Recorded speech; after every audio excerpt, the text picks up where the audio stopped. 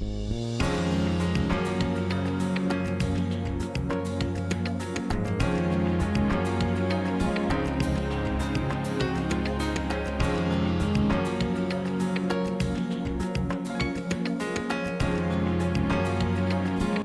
in Transition is sponsored by HireVeteransFirst.com, Jelani Consulting, and Village Connector Community.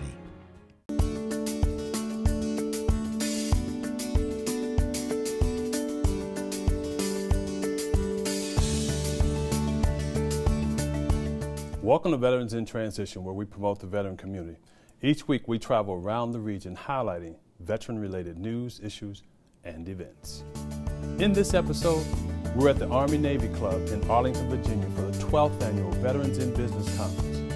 Also, we sat down with Virginia's Small Business Veteran of the Year. Headed north, we traveled to McVet, an organization that provides comprehensive services for homeless and other veterans in need. And later in the show, our Business of the Week. Did you know that veterans represent 6% of the total population of the United States, but 13.5% of all small businesses are veteran-owned? Celebrating its 12th anniversary, the annual Veterans in Business Conference was created by civic and business leaders in Northern Virginia to provide networking opportunities, training, and exposure to veterans who wish to grow their businesses. Veteran correspondent Catherine Roberts sat down with the president and CEO of Community Business Partnership. So this event has been going on for 12 years. Tell us about how it's evolved from the first event now to the 12th. We received a small little stipend from the state SBDC network, and they said you have $250 in 3 weeks and we need a veterans event. And never wanted to shy away from a challenge. We said, no problem, we can do it. So we did. In a very short period of time, we put together a really robust little all-day conference. I think it ran from 9 to 3, something like that, and included lunch. And we had a sellout crowd. We had 55 people, and they were standing room only, and they kept saying, do this again, do this again. And so we listened, and it morphed from there. That was the only time we did it at our facility. We outgrew it. And so since then, every year it's been bigger and better. And in the last few years, we've held it here at this wonderful facility at Army-Navy Country Club. And everybody seems to enjoy it, and it's a very patriotic place to have it. And it's just been a wonderful, wonderful journey through those 12 years. Tell us about the new funding program. That's our latest big news. We've been working for years to try and get the certification from Treasury that would allow us to do more direct lending. We've done a little bit of lending throughout our history, but last fall we became certified as it's a Treasury designation, Certified Development Financial Institution.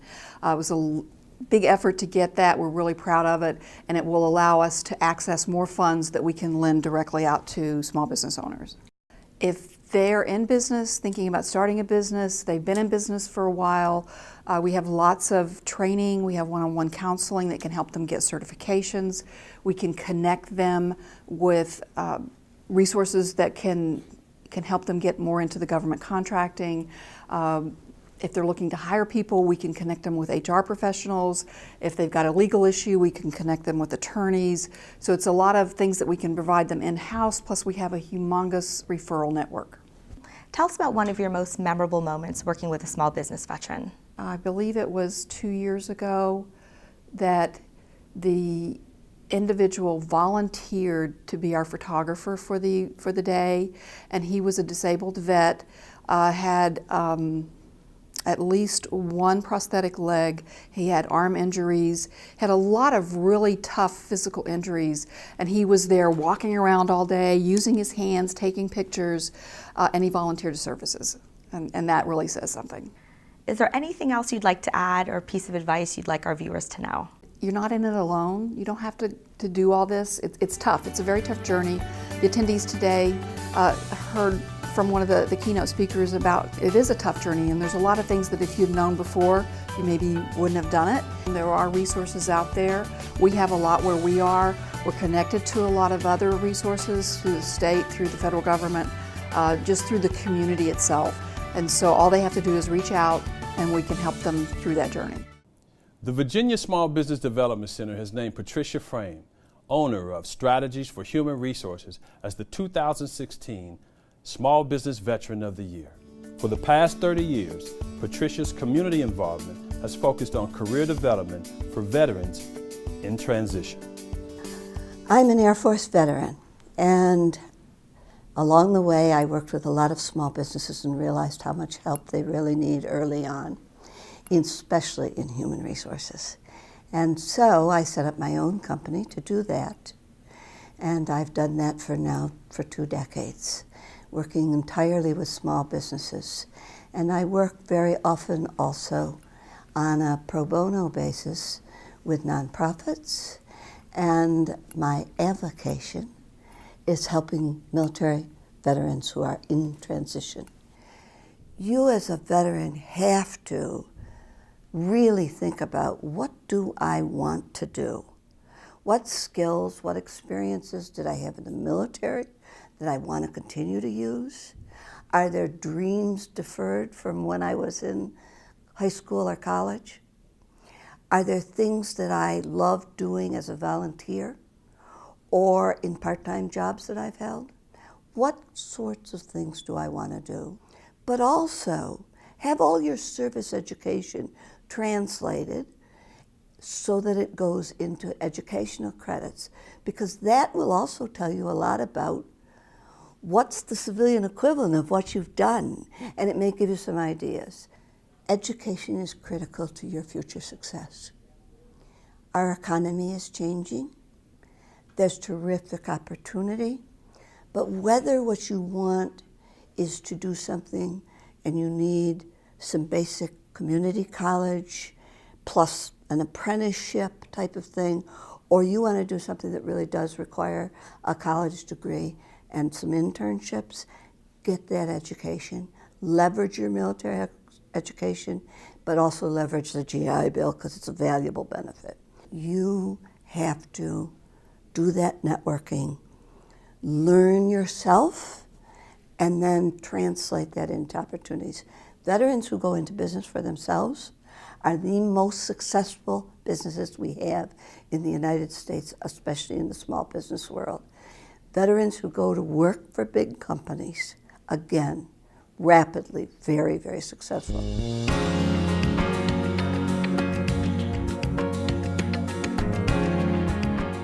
My name's Adam O'Toole. I'm with Recruit Military.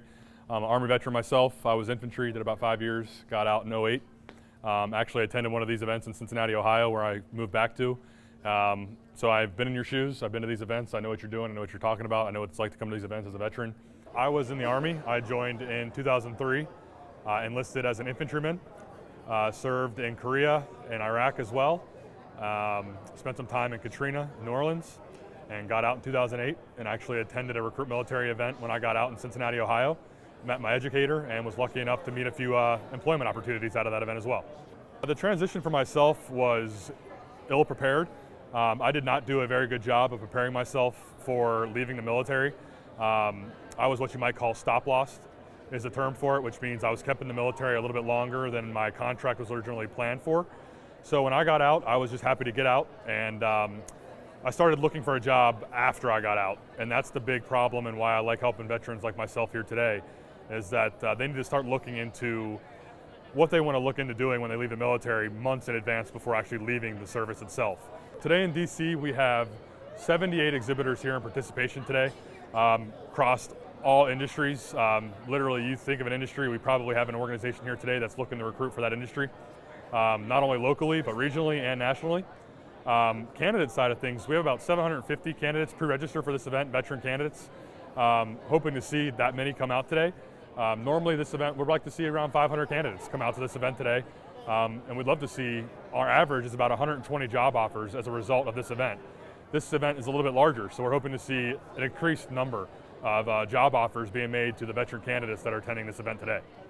For veterans, a lot of companies are not only now realizing in the past 5 or 10 years the benefits of a military veteran working for their company, but they are now realizing that military veterans can be trained. They don't necessarily have to have that role that they did in the military and come out and find that role in the civilian sector. DAV, we teamed up with Recruit Military 2 years ago. We wanted to be out and we wanted to support events that directly impacted veterans and their spouses and their ability to find quality employment. So we title sponsor about 70 events nationwide each year. This is one of them, and we act as a conduit between the veteran and the spouse and prospective employers. Their commitment, their dedication, their work ethic, their positions in the military translate very well often to the positions we have at the Home Depot. In fact, on our careers.homedepot.com site, there is a military translator feature that a veteran can put in their MOS, and it will tell them all the civilian positions that translate, as well as what we have available at the Home Depot to make it easier, because we know that that can be challenging for someone. First of all, I just appreciate having the opportunity to serve the country, because it has been a plus in any time I've gone to apply for jobs, or if I've met different organizations. One thing that they found to be a plus was my military experience. A lot of civilians, I think, don't really realize that. They think of military, they think of guy with a gun going to the other guy's foxhole and fighting. When in reality, we have accounting, we have finance, we have logistics, we have transportation. So almost any industry you can find in the civilian sector, you will find in the military, and you will find military veterans working in that role. So that is encouraging for these companies to realize that, educate themselves, and know that there's veterans in the military leaving the service right now that have the skill sets that are going to be able to fill their opportunities. On any given night, 50,000 veterans are homeless. Senior correspondent Glenn Garnes had a chance to sit down with the executive director of McVet, the Maryland Center for Veterans Education and Training, to discuss their great works and the services they provide to veterans in need. Mr. Kendrick, we have a lot to talk about today with your organization, Maryland Center for Veteran Education and Training.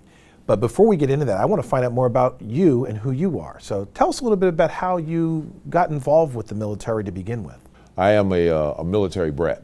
So my father was a career Army soldier, did almost 24 years in the Army. And so as a military brat, I did a lot of traveling. Not knowing that I would become a veteran by trade, my father emphasized that education was very important. So I went to college, University of Maryland. And before my senior year, I decided I wanted to explore other opportunities, and I enlisted in the Air Force. With the thought being that I was just going to be in the Air Force for a brief amount of time, just a chance to maybe let my roots grow, so to speak, spread my wings. But I enlisted in the Air Force with a recruiter telling me, join the military, see the world for a little bit, and I ended up getting bit by that bug that happens to all veterans, and just all of a sudden made the military my career. After doing well over 20 years in the Air Force and traveling extensively through the country, through the world, I was a comm guy that eventually became and graduated into being in information technology. I retired from the military with the ideal intent being that I would eventually go into an IT career field as a computer programmer. As fortune would have it, I went to a job fair one day where I met the original executive director for MCVET, the Maryland Center for Veterans Education and Training, and was asking me, was I interested in an employment opportunity with that organization? Thinking that here was an opportunity to get a job that would help me, let's say, get my foot in the door for another place of employment, I went ahead and took the opportunity and started working at McVet as a benefits counselor. Benefits counselors does entitlements for guys that are trying to get their DD-214s, their driver's license, and other things. Always with the intent that I was still looking out the door for another piece of employment, but once I went into the doors of McVet, and what people will find once they come into McVet is that here's an organization that is set up for actually taking homeless veterans, men and women off the streets, and providing them with the opportunities that are let's say, deeded to them by the rights for them being a veteran. What happened with me was, once I got there and started working in an opportunity where I saw I was helping my fellow man, it just kind of galvanized me to stay more intact with the organization. And so now, 12, 13 years later, starting out as the benefits counselor, I kind of worked my way up the chain, and now the executive director, with the idea and the intent of taking the organization into the future. So there's three things that I take away from that summary of your life. Number one is that as a military brat, you had an opportunity to see what military life was like from a variety of perspectives. So you went into it with your eyes open. I did. And deciding to go into the Air Force and then going to McVet, you also had a tendency to get bitten by bugs and stick with what you're currently doing. Well, strangely, and this is what military brat that grew up in an Army family, but knew the Air Force is where I wanted to go. And that's only because in the Army, you got to see different aspects of Army life. And people say that if you really want to join the military and you want an easier aspect of military career, then you join the Air Force, all right? If you really want to work hard and be spit polished and everything else, you become a Marine, right? If you want to be in an aspect of the military where you're just going to do nothing and be real lazy, then you join the Navy, all right?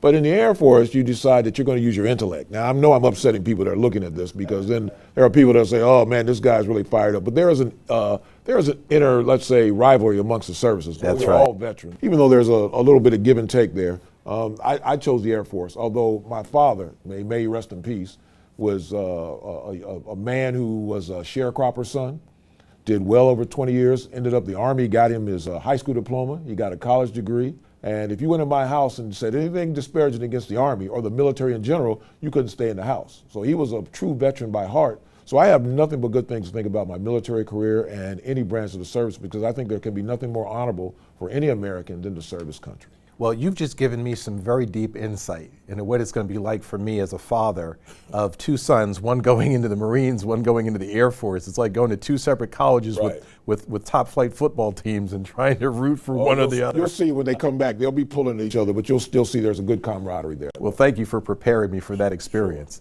Now, let's talk a little bit about McVet and the organization and what you're looking to accomplish and who you're out here to serve. The acronym McVet stands for the Maryland Center for Veterans Education and Training. It's a nonprofit organization that's been open now for well over 21 years. The ideal intent of McVet is to take a homeless military veteran off the streets of America, provide them with a vast array of comprehensive services, with the ultimate goal being finally making sure that veteran is well equipped through either education and job services, ends up employed, and finally with a key. So McVet's goal is to say, yes, you've served your country. We find that a large majority of the veterans who come in our program have an addiction problem. Something happened to throw a person off kilter that they ended up being homeless. But McVet's goal is very simple. Let us fix that problem first. And once that problem is corrected, then let's then make sure you're well equipped to be either employed or housed. And the uniqueness of the McVet program is that a veteran can come through our doors and stay with us for up to 2 years. So it's not a quick fix, because we believe that veterans that have fallen on these hard times, takes a little bit of while to get things fixed. Takes a little bit of while to make sure that a veteran will be well equipped to move forward into the future. So McVet does that through a long array of services. We're a 110,000 square feet facility located in downtown Baltimore.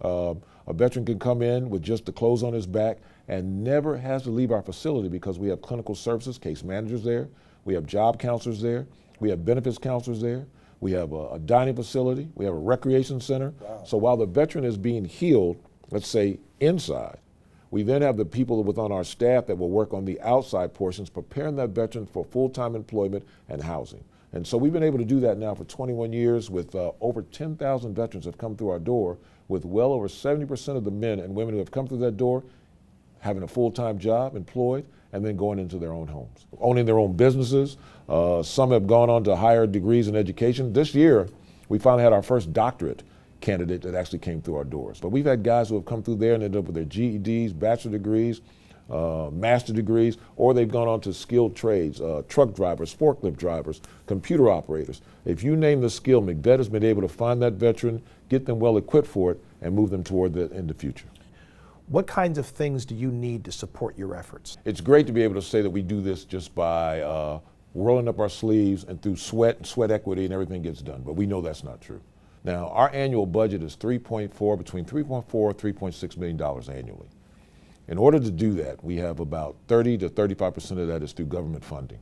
The rest of that money has to be done through grants, endowment fundraisers, or through volunteers or people who, let's say, have galvanized behind the organization and make contributions to the organization. What we have to do as an organization, and I'm glad you brought up the point about veterans that have come back into the organization and actually help, because well over 60% of our staff are veterans themselves. Many of them are retirees who have taken it upon themselves to not use their chosen profession in the military, but have just decided, I want to help my fellow veteran. So you've got those people who have come through the door who decided they want to help. The other part is those people who will come through the door, see that there are men and women who have served their country and need that kind of help. And so they apply themselves, come through and see what they can do to make contributions to the organization. How do we do that? fundraisers, grants, endowments, TV advertisements, talking about the organization, letting people know exactly what we do. And that's how we'll make sure that this organization gets going forward into the future. But our goal is if there is a homeless veteran anywhere in the United States, they need to come through our doors or through anybody that's offering those particular type of services, because if they've given their blood, sweat, and tears in the defense of this country, do they not deserve another chance? A chance because, yes, they ended up homeless due to other circumstances, but let's now take that upon ourselves to fix that particular problem and return them back to society. And let me address that. I'm glad you mentioned that, because a lot of times we think of nonprofits and charities as being something that you do because it's the right thing to do. But there is an economic reason for companies to support you. Sure. If you are preparing someone with the skill set to make it through the military successfully, they've got some serious leadership and some serious organizational skills that are duplicatable in the workplace on behalf of an employer. So when an employer donates to McVet, they're actually making an investment in the job force that they're hiring from. Our goal as a McVet is, yes, there is a person that one time was a spit-polished soldier. One time he was an individual that got up on time, showed up on time for work, and was very accountable. Our goal is to once again re-energize those wheels, spin the gears, so to speak. And so we say, when a veteran leaves our program and goes into your particular company, you can be assured that veteran is going to show up on time, he's going to be accountable for work, he's going to do an honest day's work, and he will be a person that you'll be able to say, hey, I got a guy that was a veteran that's doing this particular type of job, let me go back to McVet or whatever similar organization and bring another veteran in there that can do the same type of work. Men and women who have served this country deserve another chance. And you've laid your life on the line. Can we not lay our life on the line now to give back to those individuals so that they can now have a part of the, let's say, the fruits of the labor of being an American? They took the time aside to serve us. Now, can we not serve them? And now here's this week's business tip with Stacy Redmond. Be an educator. When you're placed in a management role or a position of authority, your responsibilities extend far beyond the task at hand. You should be dedicated to serving your team, and one of the biggest ways you can do that is through education. When someone doesn't know the answer to a question or isn't sure how to proceed, it's not their fault. You should be the one to train them up. Leaders, coaches, and mentors owe it to their people to bring them along and show them the way. You're the boss for a reason, but don't let it go to your head. Your digital identity. More and more of our daily activities are moving to the digital world. Our next veteran entrepreneur is making that process easier to identify who you are online in this Business of the Week. I'm a third-generation soldier. I led a platoon of scouts and snipers in Iraq for 15 months back in 2006, 2007. ID.me is a digital identity network, but really what we're doing is we're issuing the digital equivalent of a driver's license so that once you've verified your identity online, you can take that same login with you across multiple different websites to very easily log in and prove that you're you. So our vision of the internet is that instead of managing over 100 different logins like most Americans do today, you could pick your login provider of choice, whether it's the Postal Service or Verizon or ID.me. And once you have a login that is not owned by an advertising company like Facebook or Google, you can very quickly log in and use that same login across all the different internet websites that you visit without having to create a new email password, answer questions about your mortgage history and things that organized criminals can do better than you can anyway. So really we just want to make the internet more usable. We think that the model for offline identity where state DMVs issue driver's licenses and you go through one painful experience and then it's very easy to prove who you are. That should be the model for the internet as well. You get credentialed one time and then it's very easy for you to prove who you are across multiple websites without creating a new login. When we first started, we noticed that military service members weren't able to get benefits online because retailers and nonprofits and government agencies had difficulty verifying that somebody actually had served in the military. And as we got farther into it, marketers said, you know, we can't offer subsidized price points online for students. We can't do it for AAA members. We can't do it for our corporate employee programs. We can't do it for AARP because we can't verify that any of those people are members of those groups either. And then President Obama had the National Strategy for Trusted Identities in Cyberspace, where the federal government was just failing at delivering valuable services online because they couldn't do it securely and they couldn't do it in a way where most people could figure out how to actually get access. And they said, look, like, it doesn't make any sense for all these federal agencies to be verifying identity over and over and over again. It should be that if you get credentialed at the VA, you can use that same login over at the IRS or Social Security or at agriculture for food stamps or to apply for Medicare, because they're all doing the same thing. They're verifying your identity, they're verifying your income. So it was this very discrete problem that impacted the military, which is a community that I came from, but it turned out that that problem was symptomatic of a much larger underlying disease, which affects an entire layer of the internet. And so our business morphed as we learned to now attack this problem and to really transform the way that the internet works when it comes to logins. And we're just closed a $19 million Series B, so we're fortunate to have venture capitalists who believe in that vision.